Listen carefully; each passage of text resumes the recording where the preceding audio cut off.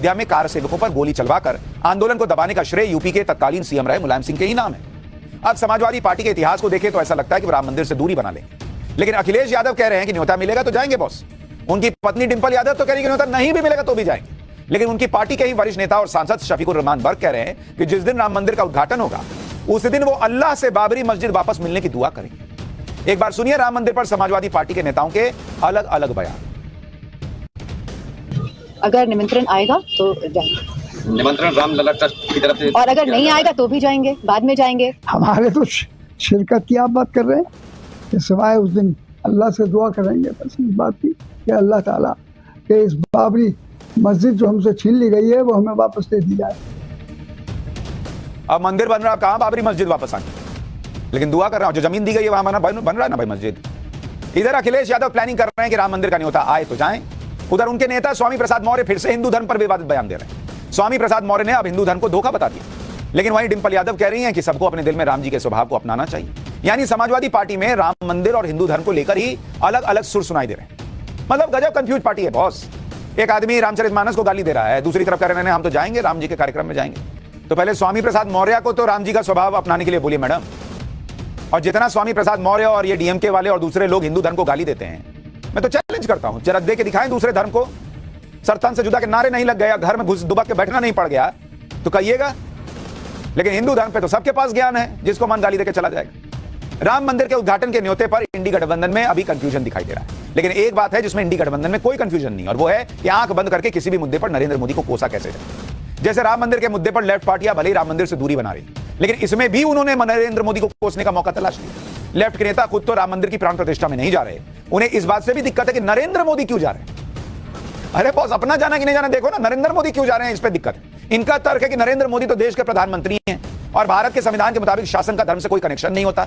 भारत तो एक सेक्युलर देश है, वहां किसी प्रधानमंत्री को धार्मिक आयोजन में शामिल नहीं होना चाहिए। तो बस तोड़ ना लो इंडी गठबंधन। ये नीतीश कुमार जो इफ्तारी पार्टी में जाते थे, लालू जी इफ्तारी पार्टी में जाते थे, तोड़ो उनसे गठबंधन। ममता बनर्जी जाती है वहां, उनसे अभी लेफ्ट वहां पे कहेगा कि हम बंगाल में सीट मिलकर लड़ेंगे, तोड़ो ममता बनर्जी से गठबंधन। ये राहुल गांधी जब जाते हैं जनुधारी बन के, उनको बोलो कि नहीं नहीं हम नहीं रह सकते ऐसे लोगों के साथ।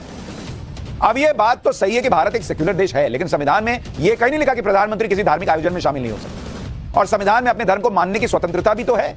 यह स्वतंत्रता प्रधानमंत्री को क्यों नहीं हो सकती। और ऐसा भी नहीं है कि नरेंद्र मोदी इस देश में बाकी धर्मों को इग्नोर करके सिर्फ अपने धर्म के आयोजन में शामिल हो रहे हैं। भाई वो सबके प्रधानमंत्री हैं, हिंदू के भी हैं, मुसलमान के भी हैं। नरेंद्र मोदी तो सर्वधर्म की बात भी कर रहे हैं। आप देखिए 2 दिन में नरेंद्र मोदी अलग अलग धर्म के आयोजनों में गए कि नहीं गए, तब तो इन लोगों को दिक्कत नहीं हुई। कल पीएम आवास पर क्रिसमस सेलिब्रेशन का आयोजन हुआ था, ईसाई समुदाय के लोगों को इससे उन्होंने मुलाकात की, तब ये लेफ्ट वाले काहे नहीं बोले कि ईसाइयों से क्यों मिल रहे हैं, देश के प्रधानमंत्री हैं, सेक्युलरिज्म खतरे में पड़ जाएगा। आज वो सिख समुदाय के वीर बाल दिवस के कार्यक्रम में शामिल हुए, तब ये लोग क्यों नहीं चिल्लाते कि नरेंद्र मोदी कैसे सिखों के बीच चले गए, देश तो सेक्युलर है।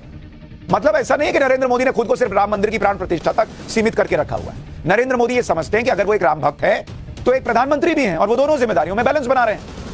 और ऐसा नहीं है कि पीएम मोदी दूसरे धर्मों के उत्सव को आधे अधूरे मन से मनाते हैं या सिर्फ प्रधानमंत्री के तौर पर रस्म अदायगी करने के लिए चले गए। आप देखिए पीएम मोदी ने कल क्रिसमस मनाने में कोई कसर नहीं छोड़ी।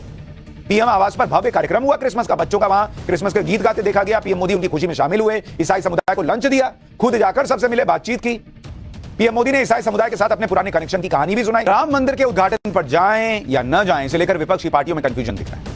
दूसरी तरफ नरेंद्र मोदी एकदम क्लियर है कि उन्हें राम मंदिर की प्राण प्रतिष्ठा करनी है, फिर चाहे विपक्ष जो कहता रहे, नरेंद्र मोदी को उससे फर्क नहीं पड़ता। नरेंद्र मोदी किसी तरह के फेक सेक्युलरिज्म के चक्कर में न पड़ते हैं न पड़ेंगे। उनका फंडा क्लियर है, वो हिंदू धर्म से आते हैं, अपने धर्म का पालन करने के रास्ते में ना तो उनका पद आ सकता है, ना ही कोई और सियासी कैलकुलेशन, और ना वो आपको आपका धर्म मानने से रोकते हैं। वो खुलकर प्राउड हिंदू वाली छवि को कैरी करते हैं कि गर्व से कहो हम हिंदू हैं, क्या छिपाना बॉस। वो नहीं छिपाते कुछ। हिंदुत्व पर भी वो क्लियर विजन रखते हैं कि उन्हें हिंदुत्व के लिए काम करना है। एक तरफ नरेंद्र मोदी का हिंदुत्व है जिसमें वो सभी धार्मिक स्थलों को चमका रहे हैं, उन्हें भव्य रूप दे रहे हैं। दूसरी तरफ विपक्ष का हिंदुत्व है जिसमें वो कभी रामचरितमानस का अपमान करते हैं, कभी सनातन को मिटाने की बात करते हैं, और चुनाव आते ही मंदिर दर्शन के लिए निकल जाते हैं।